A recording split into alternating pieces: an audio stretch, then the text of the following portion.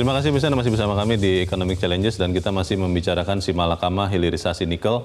Dan saya ingin langsung kembali bertanya ke Pak Jusuf Kalla. Pak JK, kalau melihat sekarang faktanya sudah begitu banyak investasi Tiongkok di industri smelter. Padahal tadi Pak Zulfikar juga mengatakan cadangan sebetulnya hanya tinggal berapa? 9, 10, 11 tahun atau 15 tahun paling lama. Ini kan berarti sebetulnya keuntungan yang didapat Indonesia ini jangka pendek nih Pak JK. Bagaimana Pak menurut Anda Pak?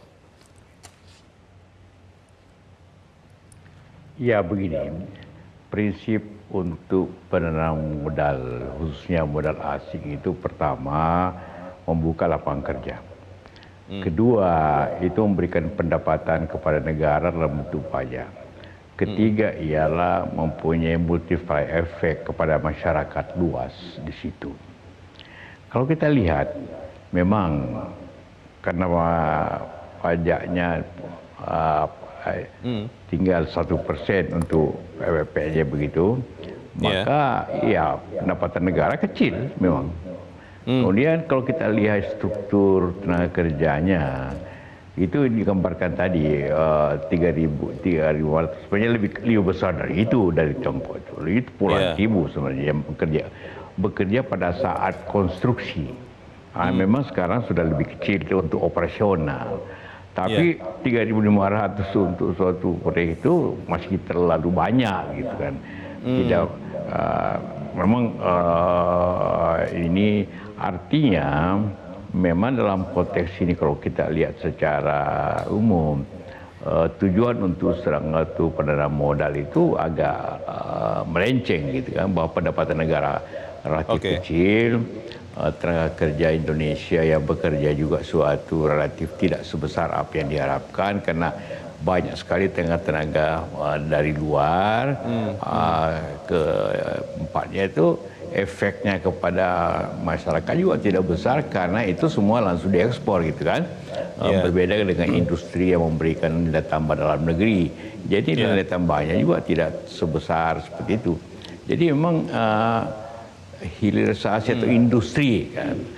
Kalau memang kalau dalam Undang-Undang Nomor 4 tahun 2009 itu PP-nya disebut pemurnian kan, nilai tambah dan pemurnian. Nilai tambahnya memang tidak sebesar karena itu langsung diekspor. Kemudian juga efeknya tidak besar. Makanya itu sebagai contoh saja walaupun lebih kecil. Itu apa industri kita yang kita buat di Pelopor, tenaga asingnya untuk konsultan aja cuma 3 orang. Hanya 3 orang tenaga kerja asing? Puluhan ribu pada waktu 3 orang. 3 orang aja. Tidak perlu. Karena itu kita menguasai. Karena kalau begini, maka selanjutnya tidak ada transfer of technology. Karena terlalu banyak asingnya kan. Jadi memang menyalahi prinsip-prinsip pokok dari produk PMA. Baik, Pak Zulfikar, kalau Pak JK kita tahu beliau adalah pebisnis yang berpengalaman. Mungkin tidak butuh tax holiday, mungkin ya, tidak butuh kredit juga. Tapi kalau kembali lagi ke pernyataan Menteri Investasi yang mengatakan bahwa kenapa banyak investor Tiongkok di industri smelter nikel, karena perbankan nasional tidak memberikan kredit, itu bagaimana? Semua ini faktor akibat kebijakan kita yang berubah-ubah. Tahun 2014 ya kita mencabut larangan ekspor. Jadi boleh ekspor? Dicabut, tidak ada ekspor tahun 2014. Dilarang ekspor ya? Dilarang 2014, ekspor. 2014. 3 tahun setelah itu, 2017 dibuka? Dibuka kembali. Boleh ekspor? Boleh lagi ekspor, ya kan? 2017. Lalu masuk lagi 2020, tahun 2020, 3 tahun lagi setelah itu berubah lagi kebijakannya. Dilarang lagi? Dilarang lagi untuk ekspor. Sehingga perusahaan-perusahaan smelter yang sudah berinvestasi di tahun 2014, bahkan juga sudah mendapatkan fasilitas dari beberapa perbankan, mangkrak. Terjadi mangkrak. Mangkrak tidak bisa melaksanakan kegiatan usahanya.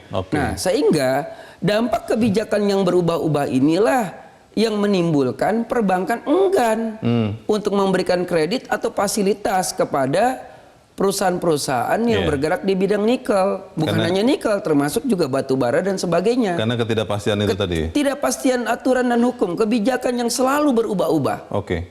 Kita lihatlah kondisi kita sekarang nih, kebijakan selalu berubah-ubah. Hari ini A, besok bisa jadi B. Nah, sehingga perbankan enggan. Ditambah lagi investasi smelter ini nggak murah, Pak. Iya. Ini nilai investasinya bisa 15 sampai 20 triliun. Satu smelter. Satu smelter. Oke. Nah, satu smelter. Nah, satu smelter. Yeah. Nah, jika mereka sudah membangun smelter, tiba-tiba IUP-nya dicabut. Izin usaha pertambangannya. Izin pertambangannya dicabut, IUP-nya dicabut. Itu bagaimana? Tidak ada pasokan. Tidak ada pasokan lagi, untuk mengisi IUP-nya dicabut, selesailah. Artinya ya inilah yang menimbulkan cara berpikir perbankan itu, ini bisnis yang nyaman untuk diberikan fasilitas atau bisnis yang akan berbenturan juga kepada pemerintah. Baik. Seperti itu. Masalahnya di soal smelter atau hilirisasi nikel ini adalah juga ada masalah nasionalisme. Dianggap bahwa kalau memang kita tetap mengekspor barang mentah saja, itu artinya kita tidak naik kelas menjadi negara maju. Apakah benar begitu? Nanti saya akan tanya ke Mas Bima. Tapi pemirsa tetaplah bersama kami. Economic Challenges segera kembali seusai headline news pukul 22 waktu Indonesia Barat.